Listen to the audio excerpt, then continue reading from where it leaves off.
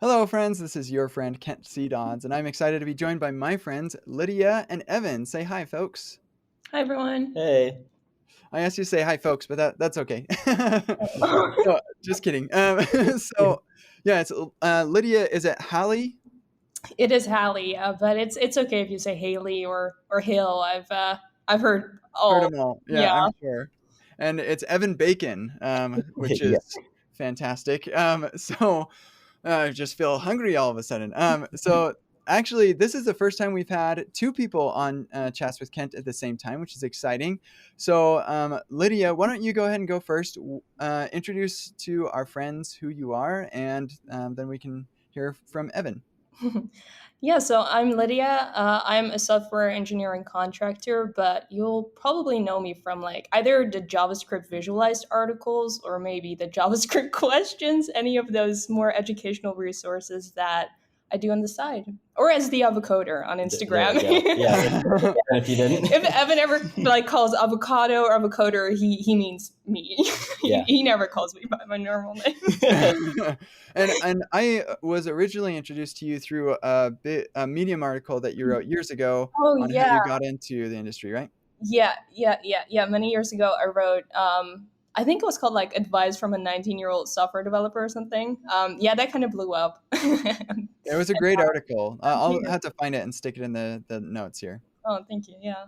Yeah, Well, that's how I got introduced to you too. yeah. He used to like kind of introduce me as the girl who wrote the Medium article. I was like, I work those every day nonstop, and I'm still just a Medium girl, but whatever. I'm That's at great. least a markdown engineer. Like, Yeah. come on. Senior. Yeah, your markdown's pretty good. Come on. Okay. So yeah, I'm Evan Bacon. I'm an engineer at Expo, which is an open source platform for building apps with React for iOS, Android, and web. And I've been doing open source for maybe like 3 or 4 years now. And I date the avocoder.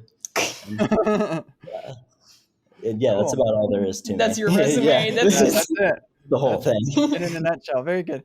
Cool. Well, it's just a pleasure to have you both on. And you mentioned to me earlier that people often ask you what it's like to date somebody who does the same kind of work as you. And I imagine there are a handful of our listeners who have been or are in that situation now. But yeah, just to get rid of that elephant in the room, what is that like?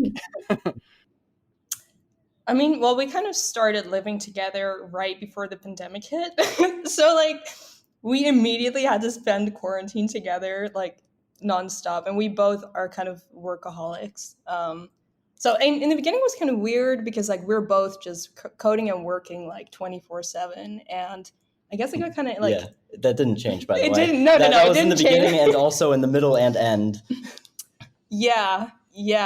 So what is it like? It's pretty good. I think like normally in other relationships, I might like have conversations about Yeah. not exercising or something. And now I have conversations about like node and stack traces and Yeah. Nice. We often just kind of think about, like how JavaScript can be implemented, or TypeScript actually, and in like other parts of the world, like Neuralink or I don't know, you name it. We kind of just like sit on the rooftop, have a glass of wine, just think about how what's possible in JavaScript. Microwave or something. Yeah. That's kind of our everyday life. It sounds so sad, but all day just talking about JavaScript. It's really fun. It's really fun. I mean, he's doing, even though like we're both JavaScript developers, he's doing stuff that's completely different to what I'm used to. So he's teaching me so much about, native development and and you teach me about like Express servers and GraphQL, like things I should have already known but don't. Exactly. So it's never boring. Like we teach each other a lot. So it's awesome. Well, I think that's great, and it also kind of speaks to just the breadth of the JavaScript ecosystem in general. Is like you're both doing JavaScript, but they're like very different parts of the JavaScript ecosystem. So that it's kind of interesting. It's fun. Yeah, it doesn't really overlap much. So no, not at all. And hopefully it'll only like grow bigger. Like JavaScript could be applied to almost anything. And it's exciting. Yeah, and we talk about how JavaScript is growing and everything, but the standard library for the most part is staying mostly the same. Like we have the TC39 working on different proposals, and like web standards are working on things, but lots of the innovation and things going on in the JavaScript ecosystem are coming out of the JavaScript ecosystem, like new abstractions and things like that. And I know for both of you, that's kind of a topic or a hot topic, or just a topic that you think about a fair amount on, like how many layers of abstractions we're dealing with in the web, whether it be like well, and that actually complicates things too, because you mentioned you have some Node and stuff, and then you've got also native, and so you can't like just copy and paste code from Stack Overflow and from one environment to another, because we're dealing with all sorts of abstractions and things. Do you think that's like a positive thing in the JavaScript ecosystem, that it's just so broad and it solves so many things, or are there some things to be concerned about with that? I think a job like listings that say JavaScript engineer should be more specific, like, Yeah. like a lot more specific.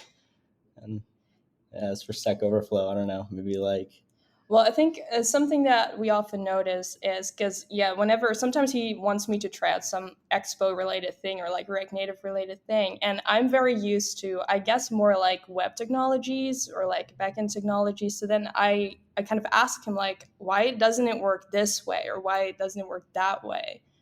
And then he gets more inspired to kind of like, I guess, merge them together so it becomes more one. So I guess like eventually what we would want is that it's a lot more one-to-one, like all like platforms. web standards kind of come together, which you see this a Yeah. lot too with like Node when Node releases new features like Yeah. abort controller, or is that right? I It's don't know. something from like I think it was in the browser, and now it's in Node, and then like if you have other runtimes which use JavaScript, like taking inspiration and kind of just keeping Yeah. it like really collaborative, but at the same time like helping everything grow and work better like universally. Yeah, I wish you could just like learn something once and apply it to as many things as possible. Like Yeah, that's the which future. I think is the dream of Hmm. JavaScript and TypeScript. And Yeah, especially, yeah, just learn TypeScript and to be able to apply it everywhere.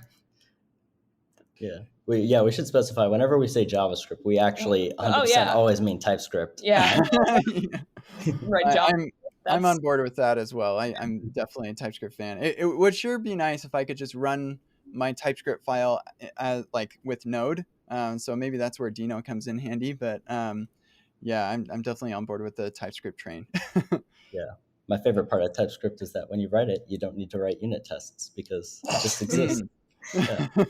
That was a Well, special crafted one just for you, Kent. yeah. Thank you. Yeah. It's my I hope favorite. that your TypeScript types are really, really good, so that you don't have to test any of the business logic your code is doing. I only use any for like objects. Yeah, and then like you never have TypeScript errors either. That's great. Yeah, it's really good. Yeah.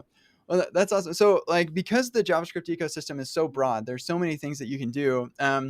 Let's say that I'm a developer who wants to be able to like work effectively on one end of the spectrum all the way on the other, and just like transfer my skills really well. What are some tips and advice that you could give to somebody who wants to be able to do that? Like, where should they focus their time and energy in learning?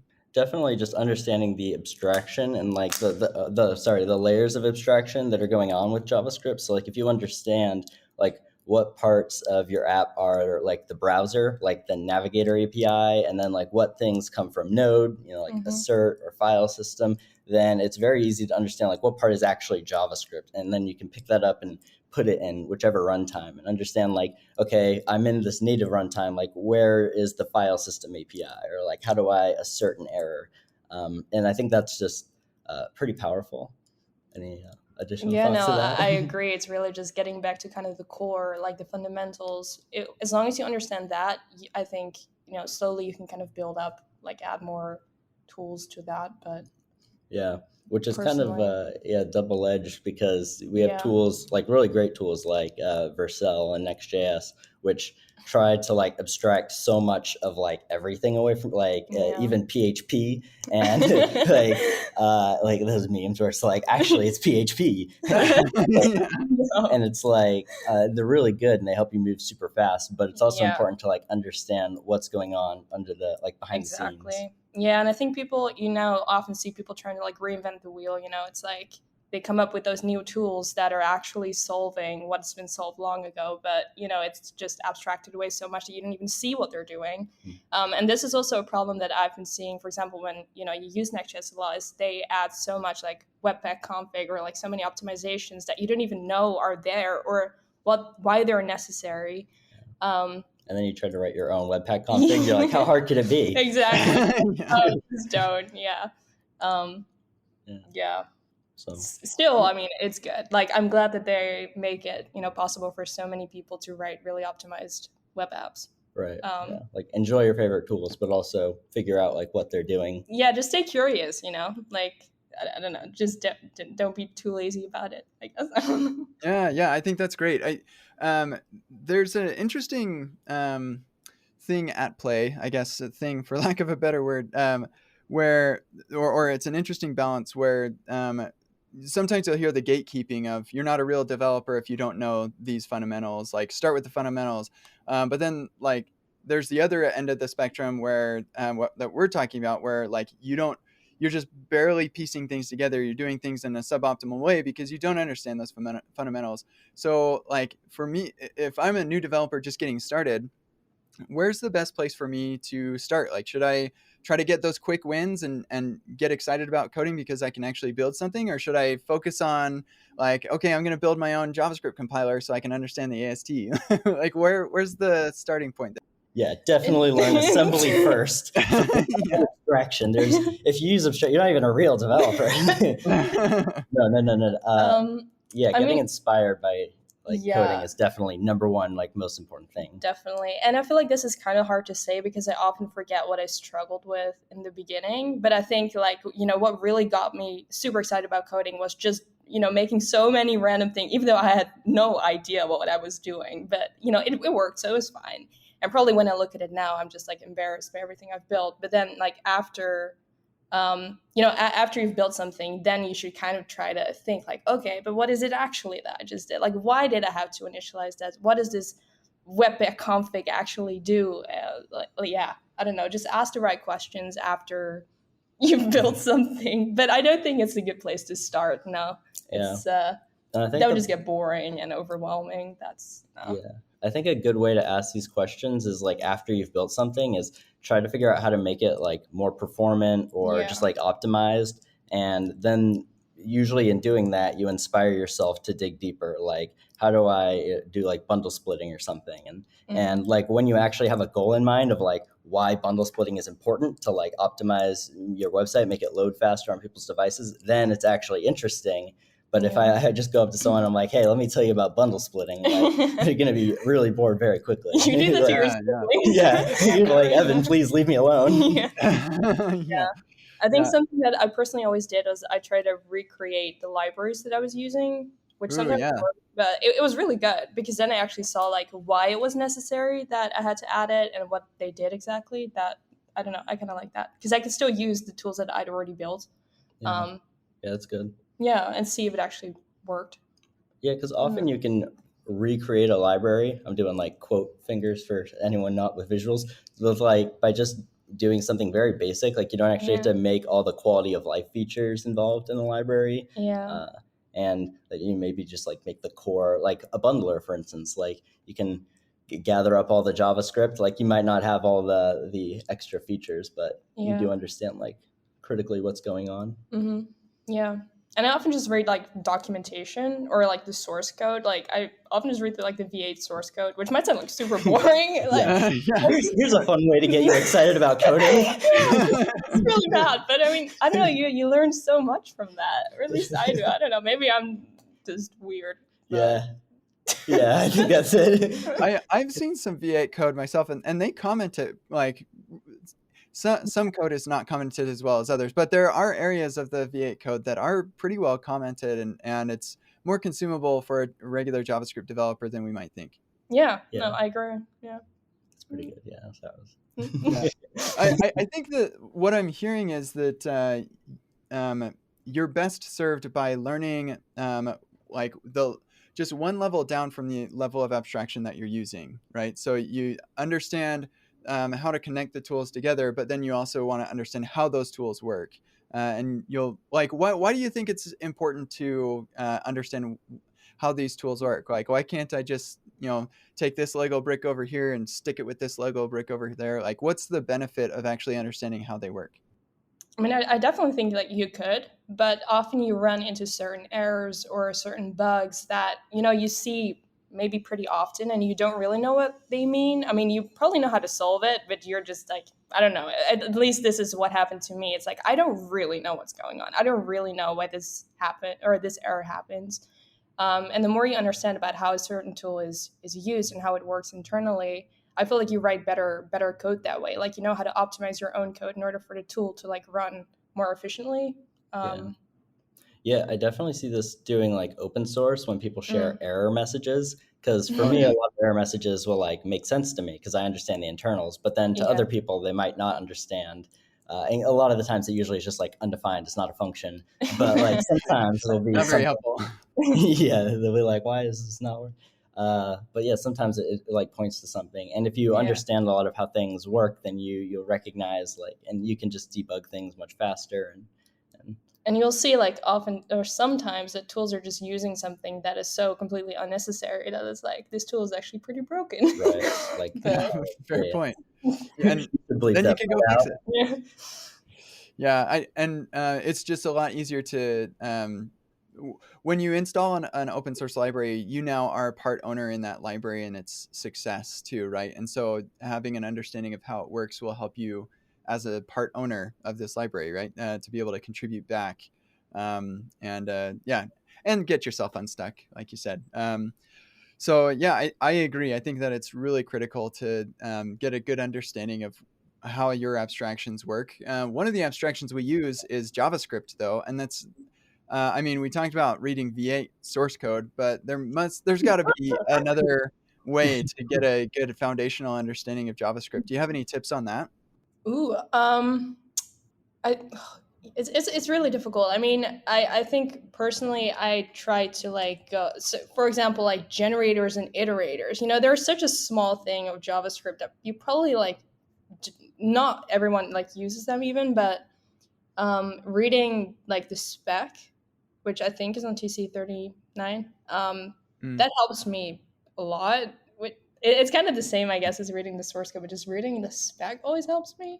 Yeah, I find It's like in researching Babel, like what little Babel plugins do is really helpful because you're like, oh, this is like this basically works the same as this code, and I understand how like this code works, but yeah. not this other code. And so now you kind of have a better understanding of how stuff. And then you can also do it in little chunks, like just by language features. I think a lot of it for me was really just trying it out. It's also just like years of coding that you eventually kind of know how things fit together, but it might not always make sense if you just get started. That's for me the Yeah, hardest part, kind of like emphasizing with people that are now getting into like the React community, because when I started we didn't have hooks, we didn't have all that, so like how does it feel for them to like start with React using hooks? Like that must be pretty confusing.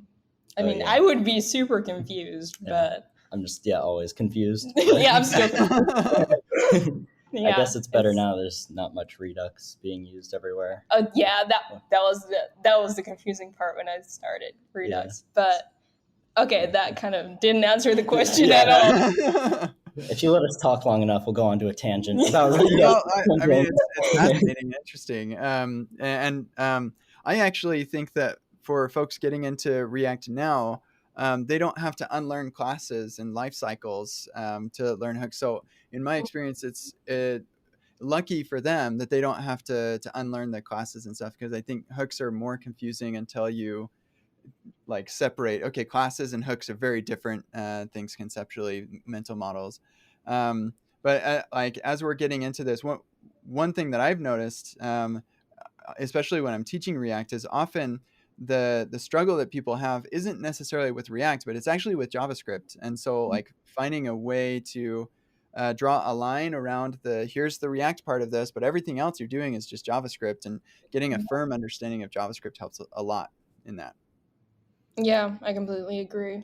Yeah, I find it's actually a little bit easier now with when I do hooks, because Yeah. before, well, my first experience with JavaScript was using React because I came from like a native background, and I thought that like all classes had that weird thing where like functions weren't bound by default, Yeah. and Yeah. I was like, why is JavaScript like this? And then I Yeah. Yeah. React was like that, and Yeah, no, it's definitely hard to kind of understand in the beginning, like what part is React and what part is like JavaScript, even though that sounds weird because like React is JavaScript, but yeah, like where certain errors come from, who to blame. Yeah. Like, Yeah. Yeah. Well, it's who to blame. on the wrong repo, closed. Yeah, exactly. Yeah. And like what what to Google for? Like, how do I Yeah. add numbers together in jQuery? It's like the meme of Stack Overflow. It's like, Yeah, yeah, well, clearly you don't understand the difference between jQuery and JavaScript, and that yeah, maybe it's not your fault. Maybe it's us as the educators that like need to do a better job of drawing these lines around these different abstractions. It's actually why in Epic React, my first lesson about React we don't even bring in React. We just build DOM nodes with JavaScript manually, and then we bring in React later. Just because I think that learning these things in isolation is the best way to be able to, I say this a lot, but draw lines around abstractions, like understand where one abstraction stops and the other starts, and then how they interplay with each other. yeah. I think also understanding what problem is React trying to solve. At least that Yeah. always really works for me. It's like, why? Why am I doing this? Why does this tool exist? Why is hooks like a thing? What problem did they solve? Yeah. That's a really nice way of teaching, by the way, the DOM nodes thing. Because whenever anyone asks me like how to get into web development, I want to say React, but I also know that if they don't know HTML, it's going to be like a problem. But I Like don't the want to DOM say API. HTML because it's like they might fall down that rabbit hole of Yeah, like, I think just generally like known as DOM API. yeah, That's yeah, that's pretty interesting. Yeah, it's kind of tricky, like especially for brand new people. You you have to walk that balance, like we were talking about earlier, of using abstractions so you can build something exciting and like keep yourself motivated, but also like not missing out on really important fundamentals. And so what I often will tell people is I'll say like start with abstractions that can like help you build something fast, like just ship something interesting to get you excited, and then when you're ready to level up, then you dive deep on the abstractions that you're using. And so that's when you get into the monotony, I guess you could call it, of like understanding the low level DOM APIs and stuff like that. Yeah, smart. Yeah, I like that. So we're reaching toward the end of our time here, and so I just want to ask: is there anything else that you wanted to talk about, or any other ideas around understanding how things work under the hood that we didn't get to touch on already? Oh, Me? yeah. I thought that Well, was a maybe question for you. Yeah. some native thing. Oh, yeah. So, like, I don't know. React Native is pretty interesting way to kind of expand your way of thinking about JavaScript, because you have like the browser environment and the node environment. But I find with React, you don't often switch between running your React code in a node environment and a browser environment. But with React Native, you often or I like to call it just like native React. You often switch between like an iOS runtime and an Android runtime and a web runtime. And so you definitely see like if you do something that seems kind of simple like navigator dot and then like you get the location, like you'll find that that's not available on iOS, but it is available on web. And then you kind of see like, oh, this is because like this is a feature, like a native feature exposed through the browser to JavaScript. And so you need to find like the iOS equivalent of that or the Android equivalent of that. So I find that that's a pretty nice way to expand your way of thinking about like the different layers that make up a React app or a universal React app. Yeah, and I think that also kind of shows like what's part of React DOM versus React Native. Like you kind of understand like what part is kind of the core JavaScript or core React. Because I mean, I always like, even though I know that like when you do div in a React component that it's not HTML, I don't really fully grasp what it means like for it to actually just be like a React component until you like start working in like a universal way, and you're like, okay, this view is like on iOS, Android, web, it's the same, and it's like this div is actually like a component wrapped around like a native element. I forget what they actually call them, like proper, like host components, I believe. It's not like an actual host component. So I definitely think like React is super nice for its ability to just like pick you up and drop you in a different runtime. And if you want to try that, you can do it with the Expo. Great tool. If I was going to throw out a recommendation, maybe try Expo with it. Yeah, well, I actually Expo is the only time I've ever used React Native is like a little Hello World thing, and it blew my mind how easy it was to get going. So I mean, relative to what I was expecting, I Yeah, guess. It's kind of, it gets easier like every few months. Like React Native is still really like pumping out new features and getting better all the time.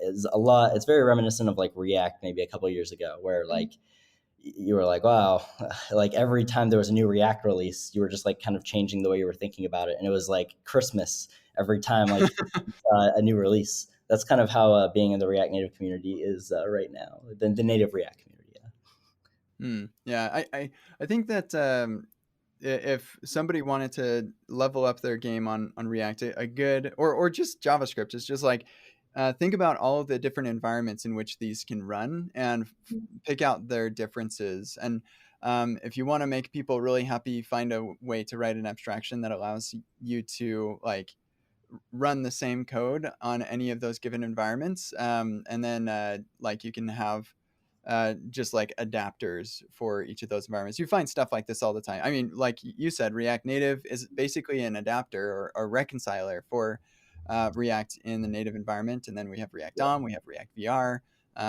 There's Right. a bunch of these.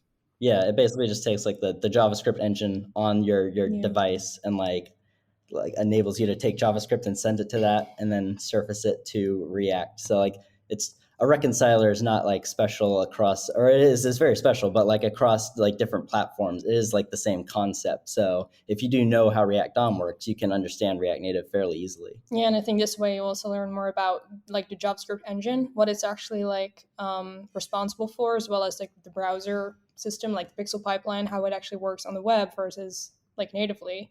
Yeah, that Right. for me that's very helpful to know. Like Yeah, parts are controlled where, who's in control, who builds those tools. yeah. And I think that there's a big difference between JavaScript syntax and like the DOM API, and understanding that difference will allow you to understand that when you're looking at some code and it's using DOM APIs, you know that this isn't going to run on the server. Like you just know that's not going to happen. And I mean, unless you're using JS DOM, but that's don't do that on a real server. It's great for production, just like Yeah. But yeah, so having an understanding of, okay, so here are the DOM APIs, here's the Node APIs, and then here's the core JavaScript syntax that, and I guess the spec can kind of help you identify what features, generators are part of the JavaScript API, but fetch is actually not. It's a separate thing altogether, and it maybe uses promises under the hood, but like promises are part of the spec, fetch is not, or document is not. So yeah, drawing lines around these different abstractions can help you use all of them more effectively. Yeah. I think if you know these things, like as a JavaScript developer, you're going to be like pretty unstoppable. Like if someone brings you like a new platform or tool, as a new project, something you want to work on, like there's already so many great tools out there, and knowing this will just help you like step into it very easily. Yeah. That's the thing I love about JavaScript is just like so many things that you can do with it. So always bet on JavaScript. Cool. Well, with the you mean TypeScript? Yes, TypeScript. Yes, of course.